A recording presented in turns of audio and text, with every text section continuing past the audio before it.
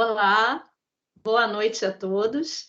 Eu sou Rosângela Honor, assessora de comunicação da Sociedade de Pediatria do Rio, e estamos aqui nessa noite para bater um papo com vocês sobre os desafios da gestão feminina, né? Nós estamos cada vez mais ocupando cargos de liderança e estamos imprimindo as nossas marcas com muita empatia, com muita sensibilidade e com muito respeito ao outro. Então, a gente vai ter aqui, para conversar com a gente, a doutora Kátia Teles Nogueira, presidente da SOPERJ, que vai falar com a gente. Temos a doutora Ana Tereza Moura e a doutora Maria Marta. Nós vamos conversar com vocês sobre as experiências que cada uma delas tiveram ou estão tendo à frente de cargos de liderança em diferentes entidades. Então, eu vou fazer uma breve apresentação para quem não conhece de cada uma delas, acho que todos conhecem, mas vou assim mesmo fazer uma apresentação. A doutora Kátia, que atualmente é presidente da SOPERJ, já foi chefe de atenção secundária do NESA, da UERJ, por 2 anos, chefe do ambulatório de pediatria da UERJ também por 2 anos. A doutora Ana Tereza Moura é professora associada da Faculdade de Ciências Médicas da UERJ, professora titular do programa de PG em Saúde da família do IDOMED Eduques e subsecretária de Inovação e Pesquisa, foi subsecretária de Inovação e Pesquisa na Secretaria Estadual de Saúde e atualmente é secretária-geral da SOPERJ. A doutora Maria Marta Regal de Lima Tortori, eu não sei se o Tortori se pronuncia assim, me parece ser italiano, é professora adjunta de pediatria da Escola de Medicina Unirio, diretora no período de 2017 a 2021, que é esse ano que nós estamos, foi diretora da Escola de Medicina e Cirurgia, foi coordenadora do curso de Medicina da Unirio entre 2013 e 2017 e é diretora financeira da SOPERJ. Bem, eu queria começar conversando com vocês, falando sobre o cenário atual da mulher na liderança no Brasil. Embora nós sejamos maioria, né, em várias atividades, na medicina nós temos muitas médicas e tal, nós ocupamos apenas 3% dos cargos de liderança no Brasil. Mas nem tudo está perdido, porque existem estudos que apontam que nós teremos um crescimento de 50% nessas lideranças. Porém, embora ainda tenhamos uma participação tímida em cargos de gerência, de diretoria, nós temos conseguido imprimir a marca feminina nessa gestão. Uma gestão que tem se mostrado mais empática, mais afetiva, mais sensível e que está fazendo toda a diferença. Existem empresas, nas empresas modernas, consideradas transformadoras, né? As mulheres estão fazendo toda a diferença, mesmo elas não sendo a grande maioria, elas fazem a diferença. E tem um detalhe importantíssimo que já é comprovado por estatística, que a mulher, quando está na liderança, ela aumenta o lucro das empresas, porque ela consegue engajar, né, os seus times, ela consegue entender mais, ela é mais empática, então a gente está seguindo num bom caminho, né? Então eu vou começar esse debate da noite de hoje, que nós vamos conversar, ouvindo a doutora Kátia para falar da experiência dela, não só como presidente da SOPERJ, mas nos outros cargos que ela exerceu como função. Como tem sido para você, doutora Kátia, a liderança? Você está sem som. Obrigada, Rosângela, pela apresentação afetuosa. Obrigada, Maria Marta e Ana Tereza, por terem aceito o convite da SOPERJ para a gente falar desse tema tão importante. Já teve muitas lives sobre isso, videoconferências no Brasil e aqui no Rio de Janeiro, mas a gente pensa o quanto que é importante a gente voltar a esse tema. Porque na pandemia, muitas das lideranças femininas, né, poucas mulheres são líderes de governo de países ao longo, né, no mundo. Porém, as lideranças femininas, elas se destacaram, né, nesse cenário mundial como um efeito de sucesso, em relação ao controle da pandemia. Por isso que esse tema é super atual sempre. Bom, falando da minha história pessoal, eu tive a felicidade de estudar no colégio, no Instituto de Educação aqui no Rio, que a grande maioria eram meninas. Então, nós já estávamos acostumados a ter esse protagonismo feminino dentro da escola, né? Dentro do ensino médio, enfim, de toda a minha formação antes da graduação. Então, assim, havia um revezamento de quem era representante de turma e tudo mais.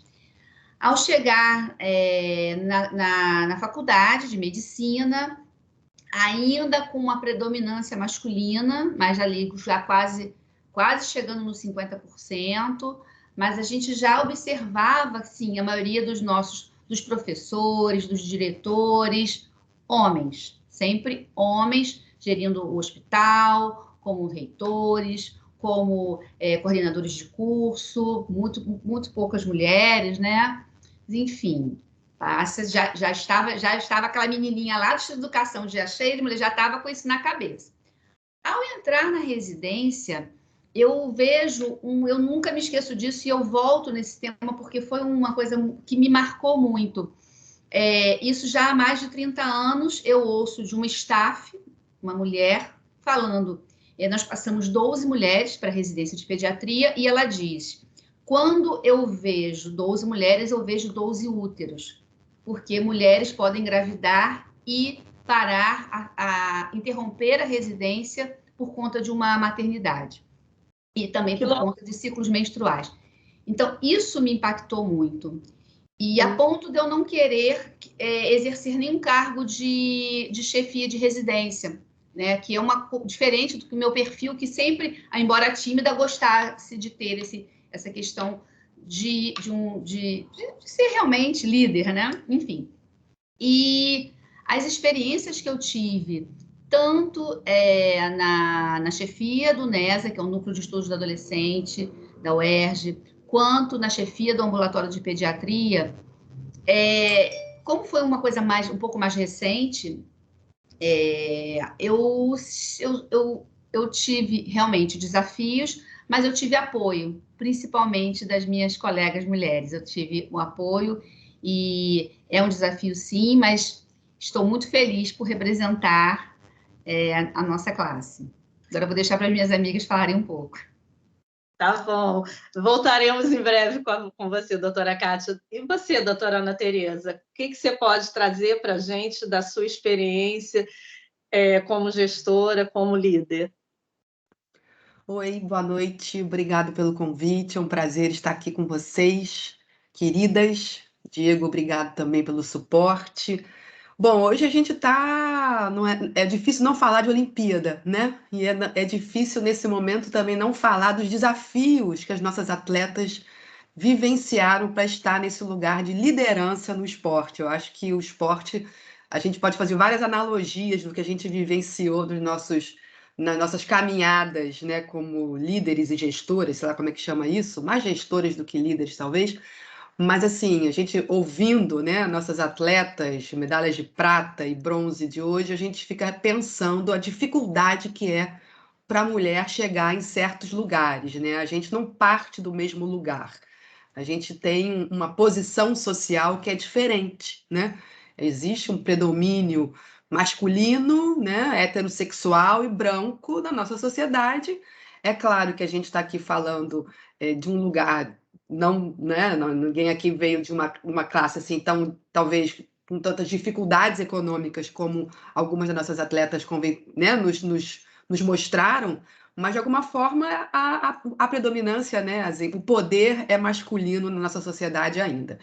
Então, assim, pensando desse lugar de onde a gente vem, que já é um lugar diferente, né? Como a Kátia já falou, na escola, na residência, a medicina tem se feminilizado, né? A gente tem cada vez mais mulheres na medicina. A pediatria sempre foi um lugar que teve muita mulher, mas a medicina tem hoje em dia, mais de 50% dos nossos alunos são mulheres, né? Além disso, também temos outro grupo vulnerável, que é de homossexuais na medicina, que tem aumentado muito, também é muito bacana da gente conversar. Mas, enfim, para mim, um desafio grande foi o não preparo para ser gestora, um não preparo para ser liderança, para ter algum tipo de liderança. Isso foi um desafio muito grande. Talvez o meu primeiro momento como gestora mais assim formal tenha sido quando eu fui coordenadora do curso de medicina em 2012, quando eu entrei para coordenar o curso de medicina como um todo. E aí, de repente, eu tinha secretários, né, que podiam me ajudar, tinha uma equipe, e eu nunca tinha feito essa coordenação tão hierárquica, digamos assim, né? Havia uma hierarquia, a quem eu me reportar, quem é que prestava contas das coisas que eu solicitava, e isso para mim era tudo muito novo. E eu não tive a oportunidade de ter esse tipo de treinamento que talvez para o masculino tivesse sido muito mais comum, né? Não sei, em casa, na escola, a gente não tem esse tipo de coisa. Isso não é muito feminino, né? Você ter um papel hierárquico, você ter pessoas que respondem para você.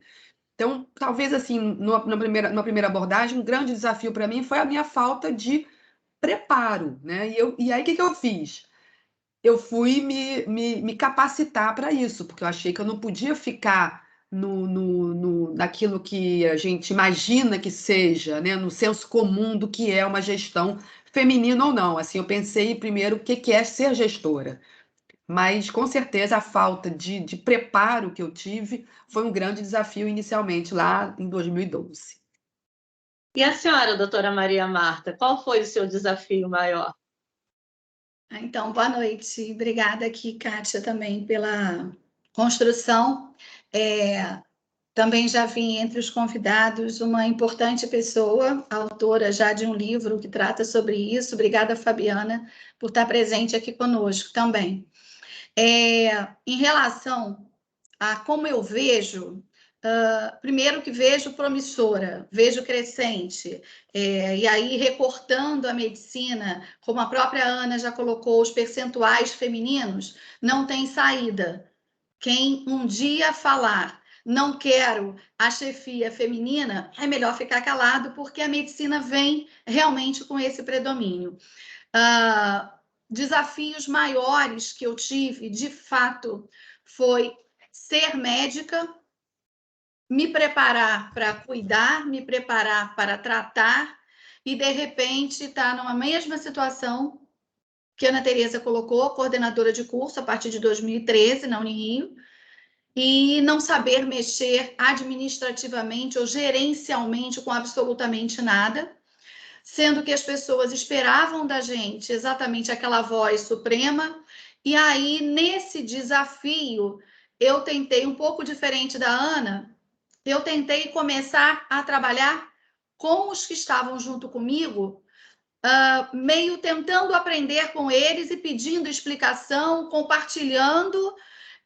Para mim foi um desafio absurdo. Quem me antecedia era zero, porque foi a primeira vez que teve um cargo dessa natureza.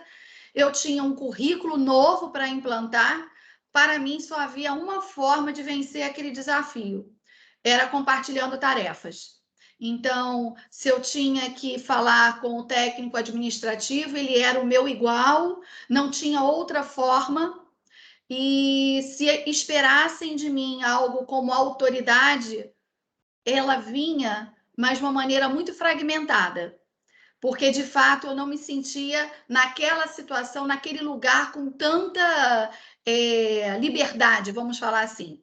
E o que eu acho que para a gente caminhar numa gestão positiva e tudo, é a gente ter uma segurança, saber o que está fazendo. Então, aquilo para mim foi desafiador. Mas nesses 8 anos, porque de lá para cá vieram 8, foi aprendizado contínuo. E aí esses desafios se transformaram em grandes aprendizados, com muita moderação de conflito, e vou te dizer que não vejo vergonha alguma, impor o jeito feminino, sim, que por algumas vezes, deixo para mais tarde a gente falar, foi até, de certa forma, criticado. Vamos para mais à frente, acho que passo para você. Vai lá, Rosângela. A maneira como vocês se colocaram inicialmente, a fala de cada uma trouxe questões muito importantes, né? A mulher, ela não está preparada, na maioria das vezes, porque não dão a ela essa oportunidade, né? Felizmente, esse cenário está mudando. A mulher hoje ela já tem como se preparar, mas sempre a gente encontra barreiras ali, né? Existem obstáculos. Então, assim, a mulher ela chega para o cargo de chefia. Eu também, como jornalista que sou, fui diretora de redação durante 13 anos, enfrentei situações de machismos, situações super complicadas, porque no jornalismo também existe muito isso. Então, realmente, o que vocês trouxeram é muito importante. A gente aprende a ser gestora, a estar na liderança, liderando com as dificuldades que vão surgindo, né?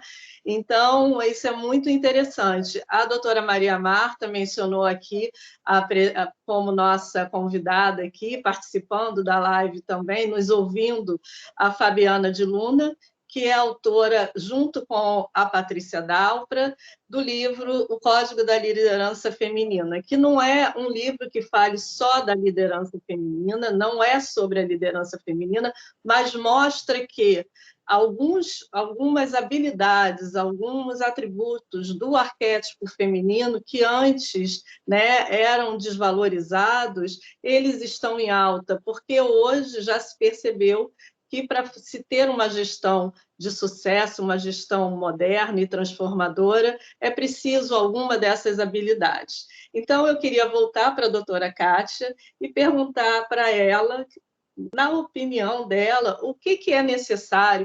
A doutora Kátia enfrentou, nesse último ano, uma gestão assim, rodeada pela pandemia, com um grande desafio, porque a área de saúde estava como protagonista dessa crise, e a doutora Kátia à frente da presidência da SOPERJ.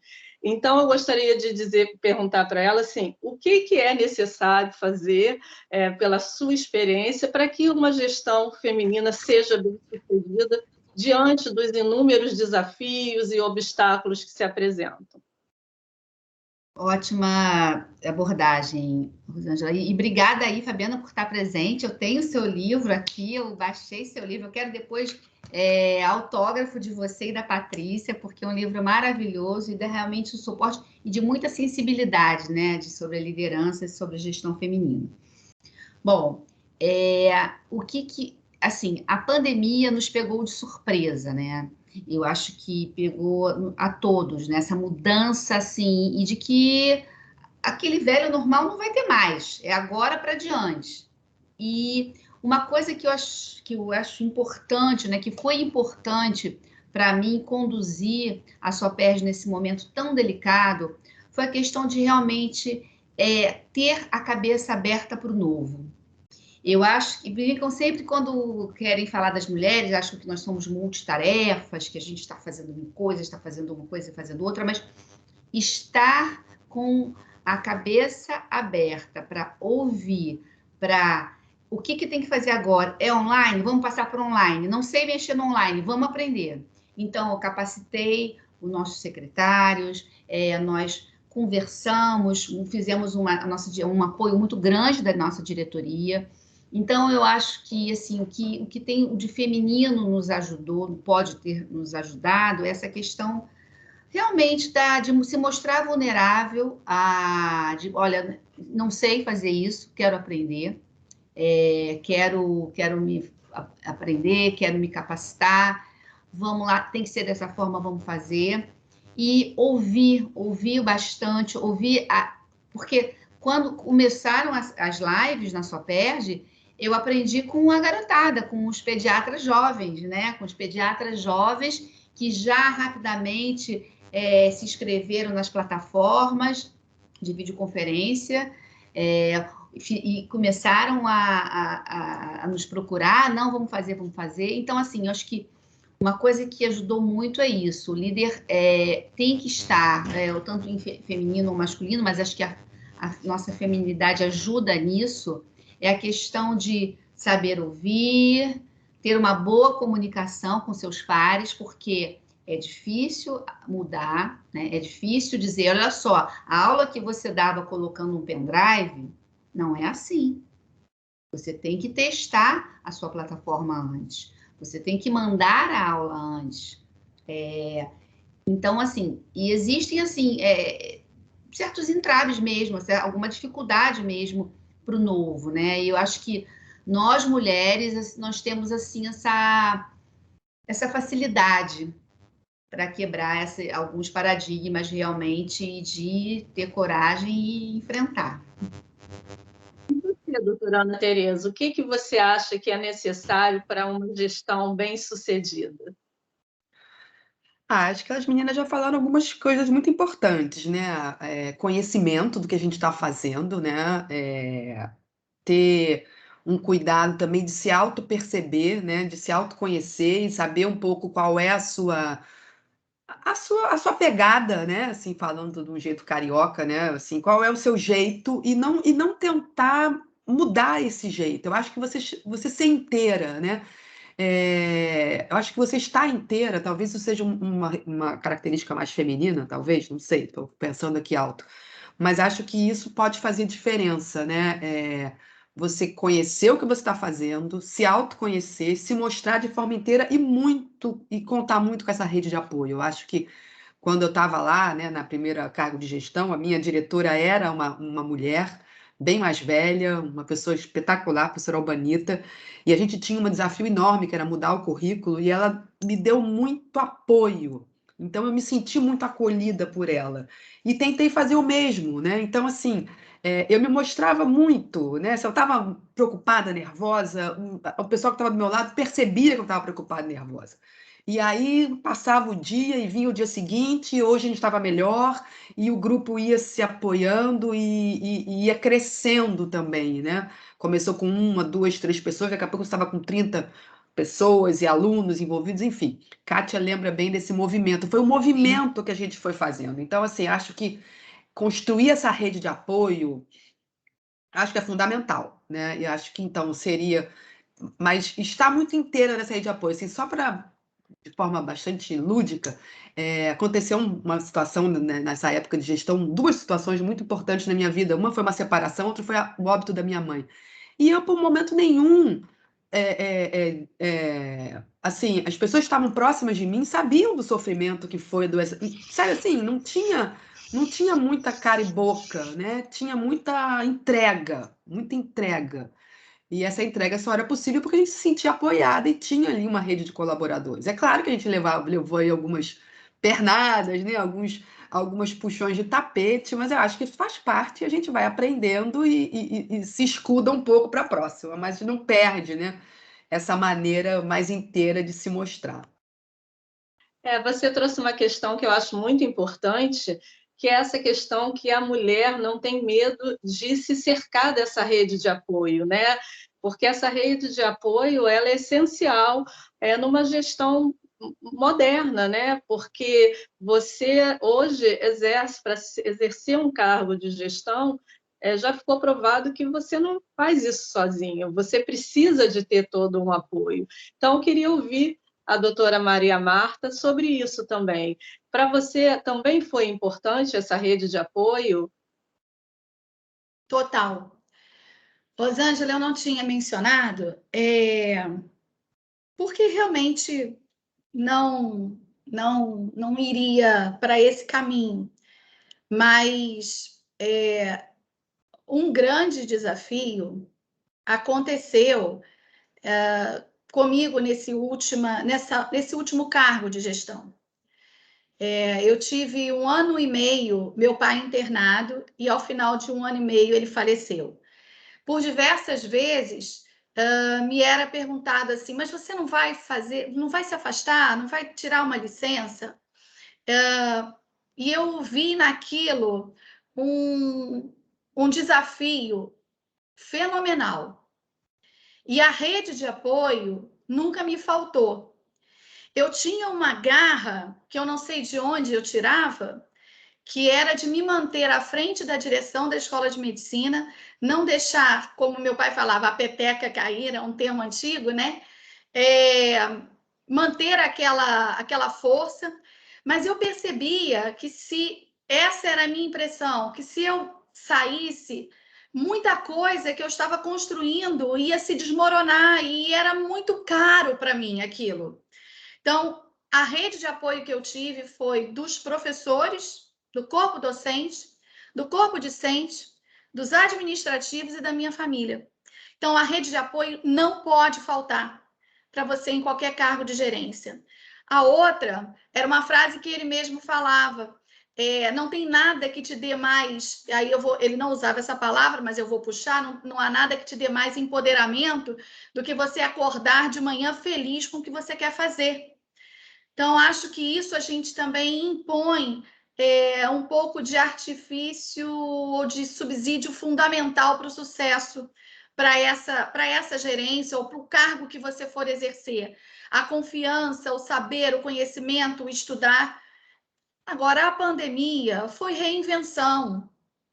Não vou repetir a Kátia, estar aberta, mas era necessário que a gente não ficasse chorando em casa e colocasse o bloco na rua. Não tinha como ficar parado. O ficar em casa não era permitido para o gestor. Ainda que o gestor ficasse no ambiente doméstico, ele não estava na sua casa só para se proteger. Ele estava na casa, mas ele fazia a engrenagem funcionar daquilo que ele gerenciava. Muitos estavam em casa, sim, literalmente, talvez se dedicando a coisas novas. Mas quem estava na gestão estava em casa reinventando a roda, fazendo uma nova Soperj, fazendo uma nova UERJ, Estácio, que for, Unirio, fazendo um novo. E não podia ter tempo para aprender. A frase que nós ouvimos bastante, né? Como é que é? Trocar o pneu do carro com o carro andando. Foi exatamente isso que a gente fez, e acho que acho que todos, na verdade, que estiveram em gestão durante 2020 especificamente, né, que foi o ano mais emblemático, não houve desafio maior. E eu, em 2020, tive, além da pandemia, também a perda do meu pai naquele ano. Então, acho que isso foi emblemático. Então, sucesso é ter felicidade, é saber o que você está fazendo e, sim, estar sempre com a sua rede de apoio. Eu percebi que cada uma de vocês viveu essa pandemia como um grande desafio profissional, né? Como em muitas profissões foi preciso se reinventar e fazer a roda girar de alguma forma. Eu queria ouvir de vocês, porque percebo que cada uma tem uma característica diferente. Doutora Kátia, qual a sua habilidade que foi predominante nisso? Eu a conheço, sei que você é uma pessoa muito sensível, muito afetiva. Qual foi a sua maior habilidade que você acha que foi fundamental nesse momento tão desafiador?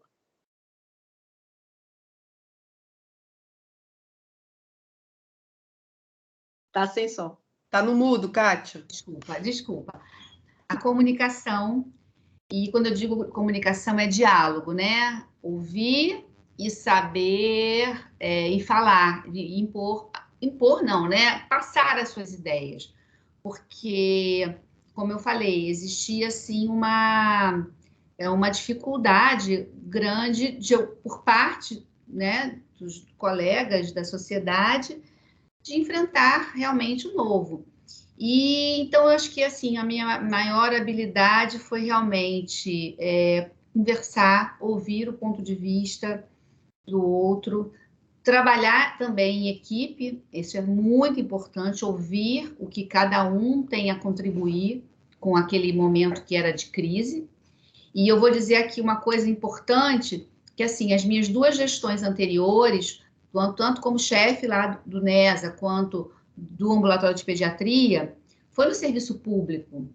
E no serviço público, nós temos questões financeiras, sim, aquele dia a dia, mas eu não estou preocupada com o salário de ninguém, né? Agora, na Soperj, eu tive um grande desafio que foi pensar na questão financeira.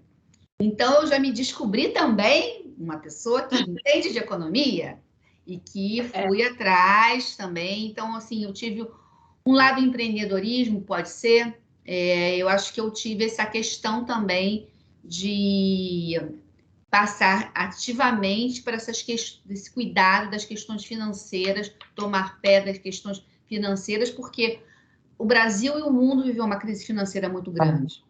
Então, acho que esse lado, se eu posso destacar dois, então vamos lá, o lado da comunicação e esse lado da gestão financeira no momento de crise.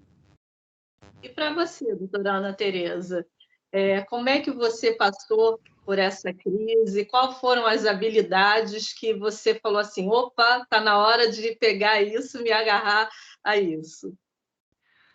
Olha, eu sempre fui uma pessoa muito pragmática, muito assim, por exemplo, eu brinco que eu adoro o Jack, o Estripador. Vamos ver as coisas por partes, né? E vamos tocando.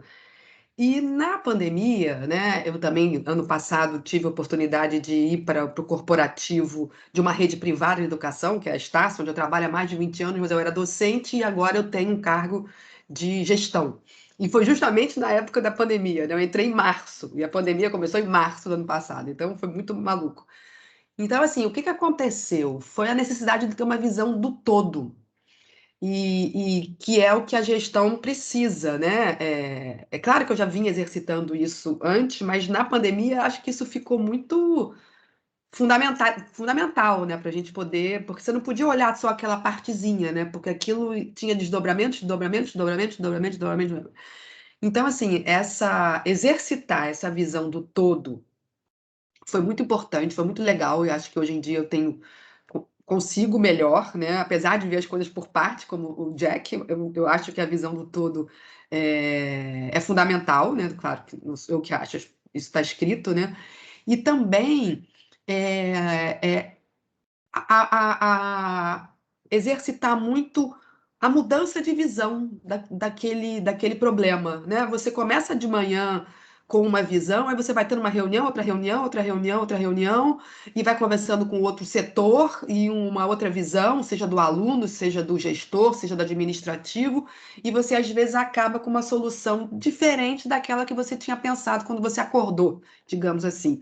Então, isso também foi muito legal, quer dizer, a ideia de construção, acho que intensificou na pandemia essa construção participativa, coletiva, com essa escuta de vários olhares, né, 360, isso foi muito bacana, apesar de desafiador pra caramba, no final o resultado é mais legal, porque ele é mais pactuado, né, mais comprometido.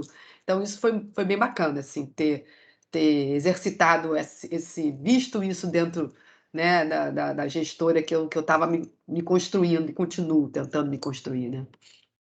Porque a gente é gestora em construção sempre, né? Você descobriu alguma habilidade, doutora Maria Marta, que você nem imaginava que tinha à frente dos seus cargos como gestora? Acho que a moderação de conflito. Eu tive exposta, nesses 8 anos, em conflitos diversos. E eu não me via com essa habilidade. Ela pode ser até que ela existisse, mas pouco treinada, digamos assim, ou pouco me foi reivindicada, né? Enfim. Mas foi tão notada que há pouco tempo, bem pouco tempo, no máximo 2 meses atrás, uma pessoa que me conhecia há longas datas disse a mim: vim sabendo sobre o seu trabalho dentro da escola de medicina.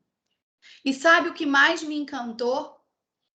Foi saber o quanto você moderou conflitos. Por isso que eu me apropriei dessa expressão. Porque, como te conheço a longas datas, sabia que você era enérgica, era agitada e tudo, mas essa sua qualidade ela está sendo falada por muitas pessoas diferentes. Então, mas eu consegui perceber isso. Isso foi uma habilidade, sim. E a outra, Rosângela, que eu acho que eu já tinha, mas ela foi muito necessária nessa. Quando eu falo pandemia, já falei aqui antes, eu estou me referindo muito mais a 2020. Veja lá, um gestor ele tem umas formas mais ou menos herméticas, quase, às vezes, meio protocolares, ou pelo menos os que me antecederam, de agir, de conduzir. No momento que eu entrei com uma forma meio polvo, sabe? Aquela pessoa que estou falando com um, estou falando com o outro, uso a rede social, uso a forma de comunicação breve, rápida, e nem sempre tão formal. Na pandemia, isso antes de 2020, era alguma coisa que eu ouvia eventualmente como crítica. Não, eu acho que você usa uma forma, assim, às vezes muito rápida de se comunicar e talvez precise ter mais formalidade. Rosângela, eu não me arrependo. Foi em cima dessa, talvez, misto entre formalidade e menos formalidade que eu trouxe muita gente para perto de mim. E em 2020, foi essa informalidade que fez com que eu mantivesse um contingente de 800 alunos, 200 docentes, mais 30 e poucos assistentes administrativos, mais ou menos quase todos tentando falar, trabalhando com representação, trabalhando com grupos, essa rede de apoio dentro da instituição. Isso estava escrito em algum lugar? Não estava. Foi a forma que eu encontrei. Tá bom? Obrigada. Eu achei muito interessante o depoimento de cada uma de vocês, porque cada uma enfrentou um desafio, né? E eu vou propor a vocês um novo desafio ao perguntar a vocês o seguinte: vocês hoje, de alguma forma, estão na liderança, ocupando cargos em alguns lugares. Como é que vocês veem a liderança do futuro?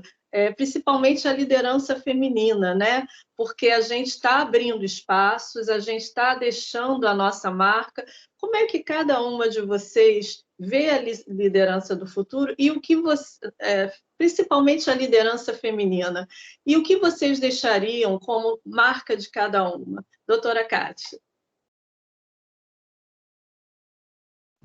Abri o microfone. Bom, eu vejo o seguinte, não é uma coisa só do Brasil, é no mundo todo. Então, assim, essa questão, essa luta por mulheres em lideranças, em mulheres gestoras, em mulheres na presidência. Agora, mesmo nos Estados Unidos, né, na maior potência mundial, nós temos uma vice-presidente e que nos honra bastante. Nós vemos que em conselhos de grandes empresas, CEOs, nós estamos vendo um aumento das mulheres e como um todo. E eu acho importante o lugar que a mulher, a gente não quer ser mais, a gente quer equidade, a gente quer salário igual e respeito.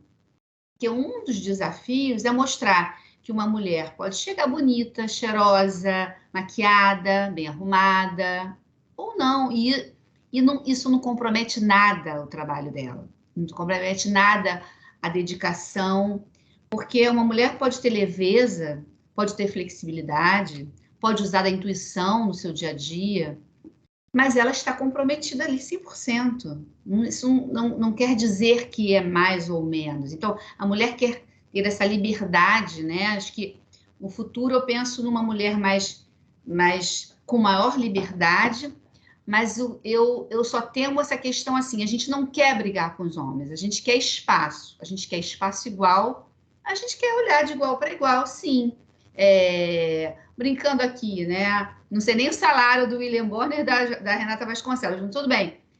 Tá, ele como editor-chefe ganha lá o seu X, ok, mas assim, como ali sentados na bancada, o salário tem que ser igual.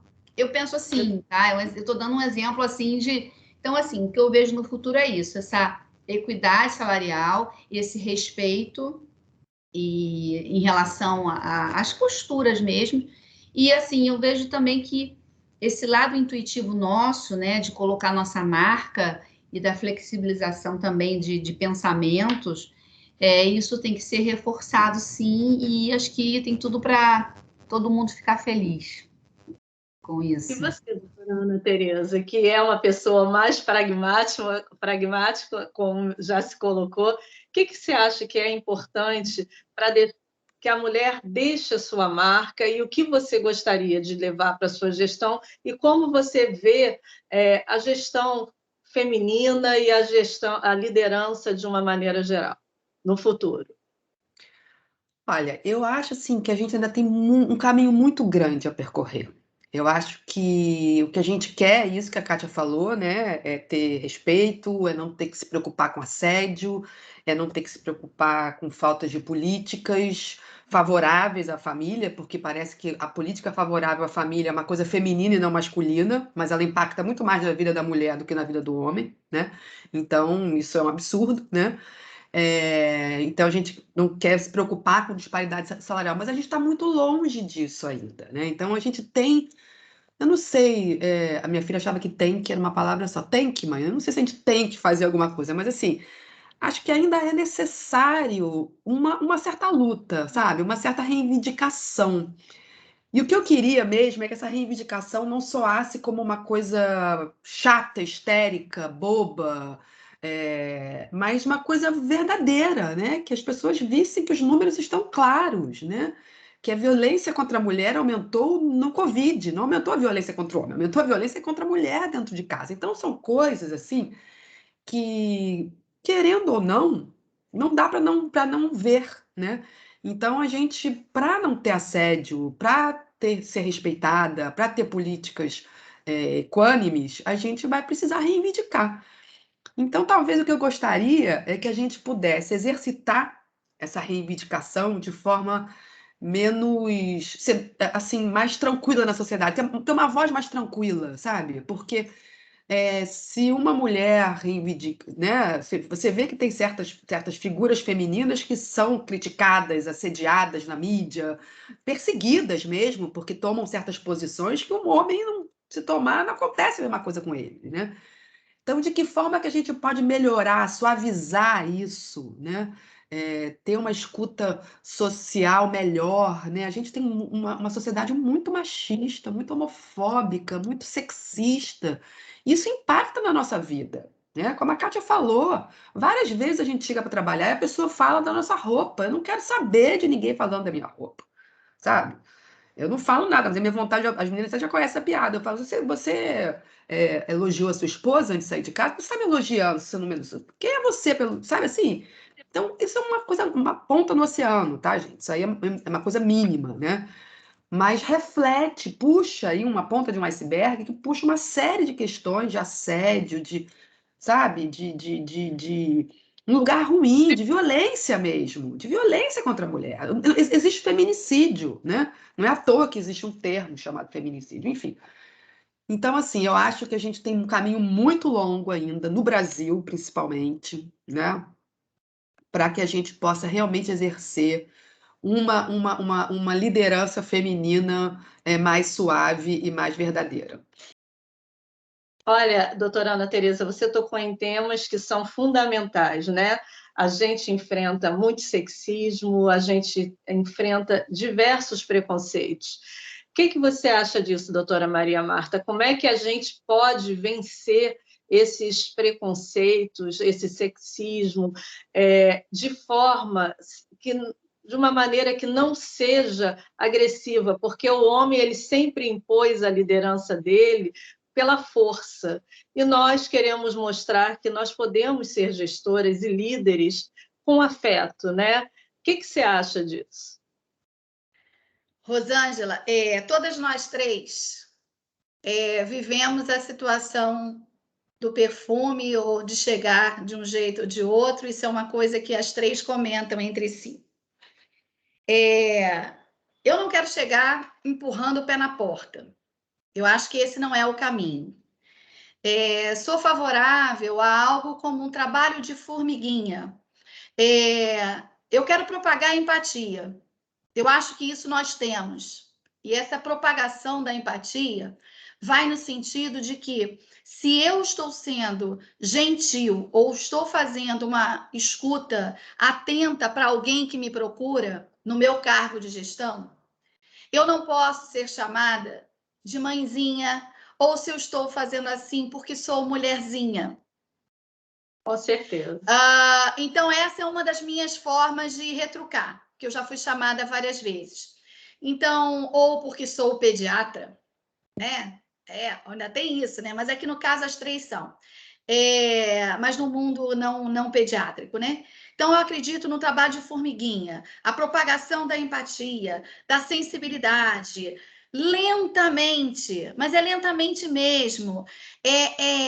Tem uma outra coisa que eu gosto, é de identificar uma pessoa, uma menina, uma mulher, uma profissional do sexo feminino, que ela esteja começando a despontar, puxar.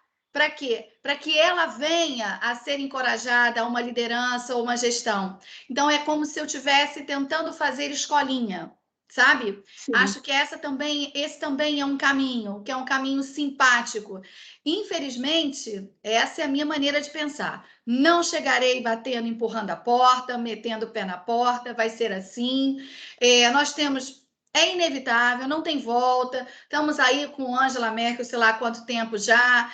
A gente está com países, potências cheias de mulheres, quer dizer, mulheres que sejam, seja na vice, né, como a nossa presidente aí lembrou, ou seja na liderança máxima. Não tem volta, não tem volta. E esse jeito feminino, sem ser do inho e sem ser algo pejorativo porque é mulher, isso vai ser conquistado aos poucos.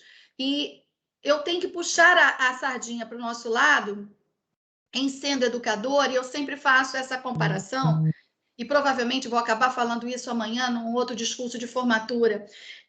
Eu gosto de encorajar as graduandas que queiram escolher carreiras, especialidades ditas no senso comum que não pertencem às mulheres. Então, se ela quer ser ortopedista, que ela seja a melhor ortopedista que ela puder, que ela seja a melhor neurocirurgiã que ela quiser. Então, ela vai ser o que ela quiser. E de mensagem que eu deixo para tudo quanto é mulher e para tudo quanto é menina, que comece isso dentro de casa desde a infância. Isso sim, nós três pediatras aqui a gente pode fazer na nossa vida normal, tá? Olha, Isso doutora aí. Maria, a sua fala foi muito importante e muito atual, porque a gente viveu essa semana, né, um exemplo disso, uma menina de 13 anos, né, da periferia do Maranhão, que mostrou que é possível, né? Então, assim, a gente não tem essa coisa do lugar da mulher. O lugar da mulher é onde ela quiser estar. E cada vez mais a gente tem provado isso, né? Então, pegando esse gancho, eu queria assim que vocês falassem assim, a gente falou tanto dos obstáculos, dos desafios. Eu queria que vocês falassem um pouquinho assim, o que vocês acham que é a grande diferença hoje da gestão masculina e da gestão feminina para vocês?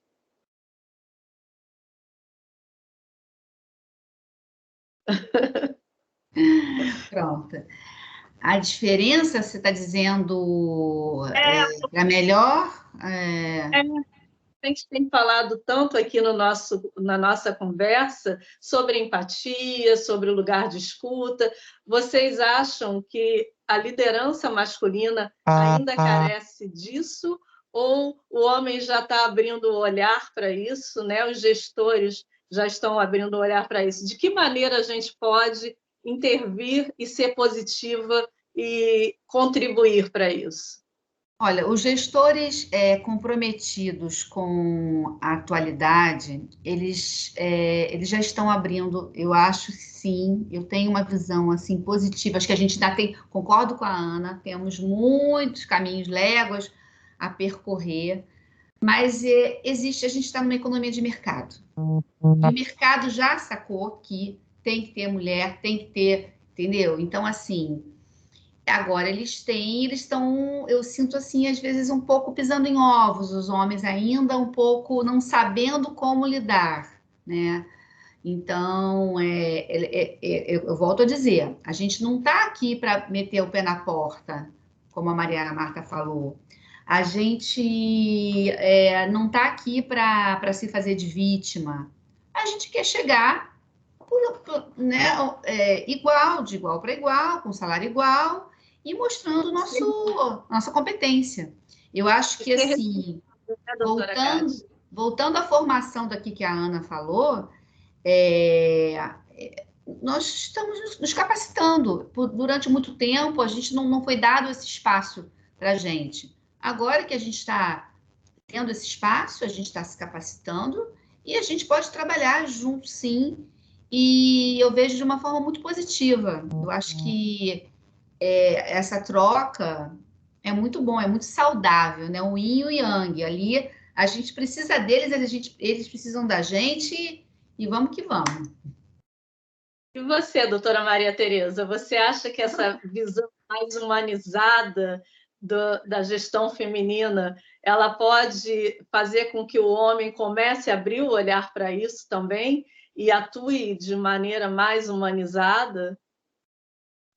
Eu acho que a liderança contemporânea requer isso, né? Eu acho que não sei se trata de uma liderança masculina ou uma liderança feminina, né? O que se fala, o que a gente está tentando se entender o que significa isso, né? É aquele cara que tem uma liderança mais, né, olhando todo mundo no olho, menos hierárquica, que considera a diversidade, né, que considera a inclusão, e talvez a gente tenha até mais facilidade nesse sentido do que uma liderança mais hermética, fechada, que talvez tenha sido o modelo de liderança masculina, porque era o modelo que se executava, e que foi se mostrando pouco, talvez, produtivo em uma série de situações, e atualmente praticamente não tem mais lugar, né?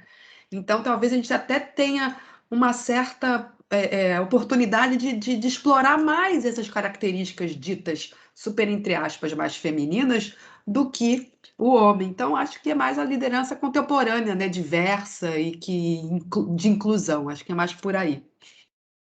E você, doutora Maria Marta, o que acha disso? Eu acho que eles vão aprender aos poucos conosco, não tem jeito, vai ser junto. Vai ser junto, vendo o compartilhar, vendo essas atitudes, esse comportamento de escuta do outro, de aceitar. Veja, eu vivi isso. Você aceitar que a pessoa que trabalha com você tem estresse físico, é importante cuidar da saúde física e da saúde mental, isso é um olhar que nós estamos impondo, mas impondo sem pé na porta, viu, Kátia? É isso que eu estou falando mesmo. A gente está fazendo aos poucos, de forma indolor. E essas são características muito próprias desse nosso grupo. Acho é muito evidente essa característica de aceitar que tem o limite, que o funcionário que está com você tem seu limite. A gente tem um pouco disso. Mas tem algo que precisa também modificar. A visão do liderado também precisa modificar.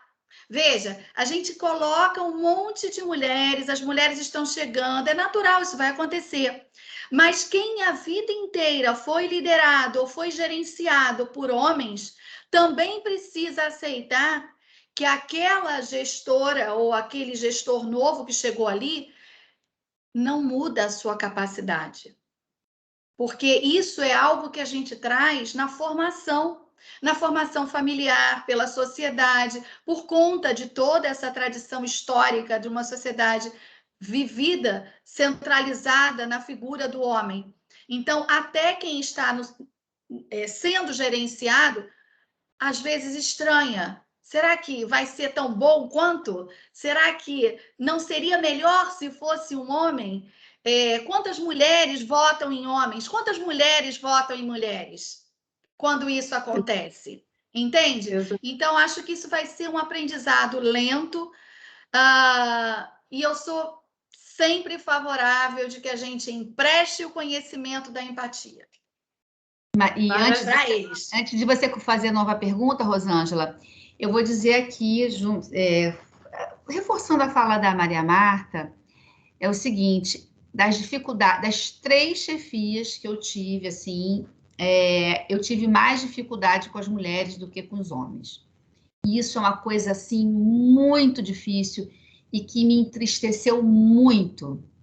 Isso é, assim, se eu for dizer, porque eu tô preparada, né, assim, para uma série de coisas, enfim, a gente vai, né, vivendo e cada dia é um desafio, às vezes fica brincando em uma manada de elefante, mas tudo bem.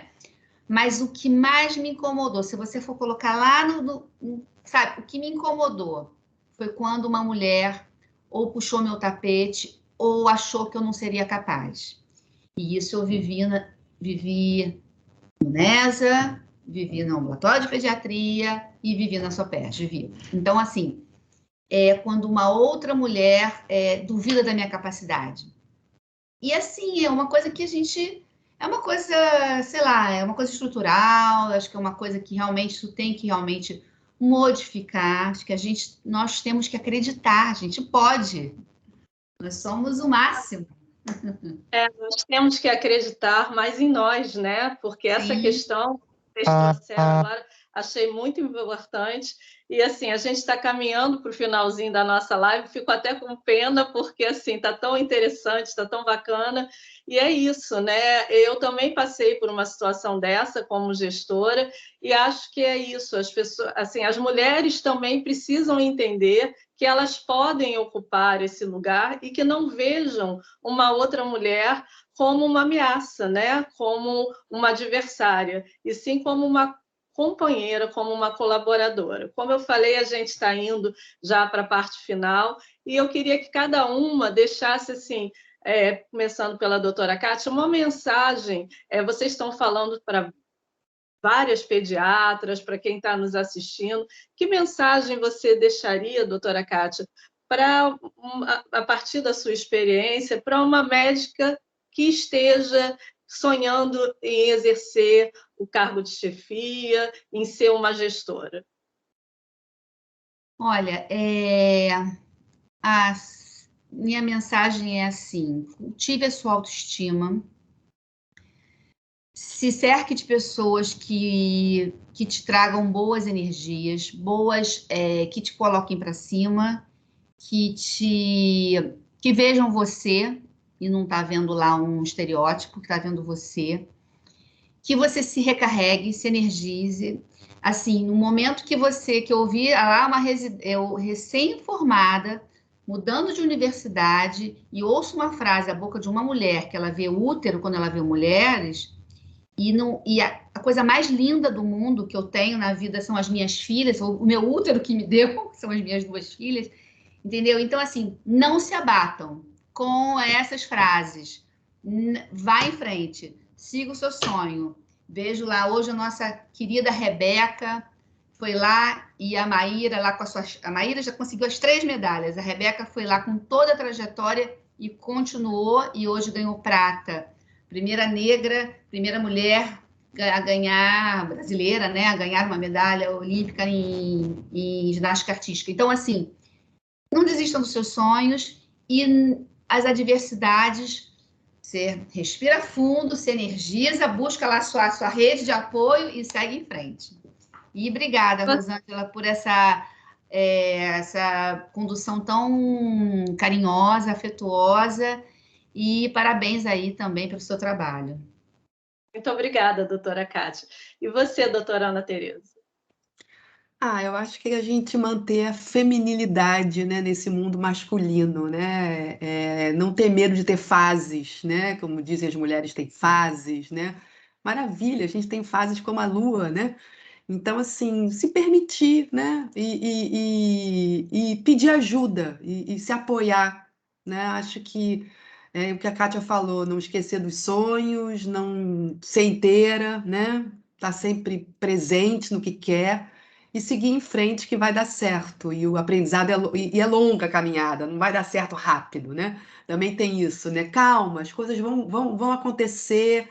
Então, acho que é por aí, né? As pediatras Não é à toa que os pediatras estão aí em cargos de gestão bacana e, enfim, contem com a gente, né? Estamos aqui para apoiar vocês. E você, doutora Maria Marta? Olha, eu, primeiro de tudo, acho que essa mensagem aqui é encorajar sempre a partir da infância, acreditar nessa rede de apoio, ter alguém que te aponte, alguém que você acredite. A Kátia colocou alguém que te bote para cima. É importante, alguém que te mostre as verdades, que você esteja aberta também para ouvir as críticas, porque eu acho que isso também é importante para a gente.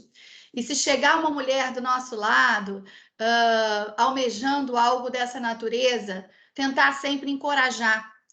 E acredito muito que o estudo, o conhecimento, a leitura sobre todos os temas é o melhor caminho para que a gente possa se capacitar. E é com muita felicidade que eu participei daqui. Rosângela, agradeço. Tem no nosso chat algumas observações. O chat já tem aqui fala da Fabiana, elogiando. Eu gostaria que você lesse depois, Rosângela, e outras pessoas aqui parabenizando. Fabiana, sim, obrigada pela sua leitura, obrigada pelo elogio, obrigada por estar aqui prestigiando o nosso encontro. E sim, vamos à frente de tentar um bate-papo contigo. Fica essa mensagem também, Rosângela.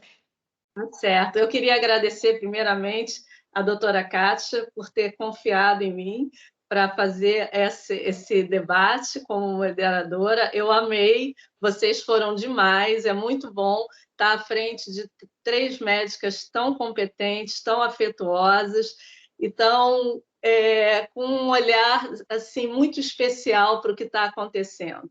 Então, muito obrigada a todas vocês. Foi um prazer. A quem nos assistiu até agora, acompanhando a nossa live, meu muito obrigada.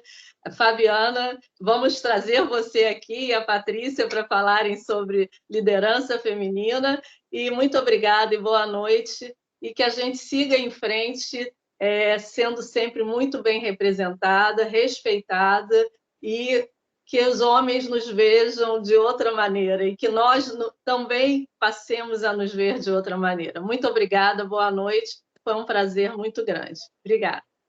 Obrigada, Diego, pelo apoio tchau, também. Tchau, boa noite, obrigada. Tchau, estou encerrando a gravação. Beijo. Obrigada. Okay.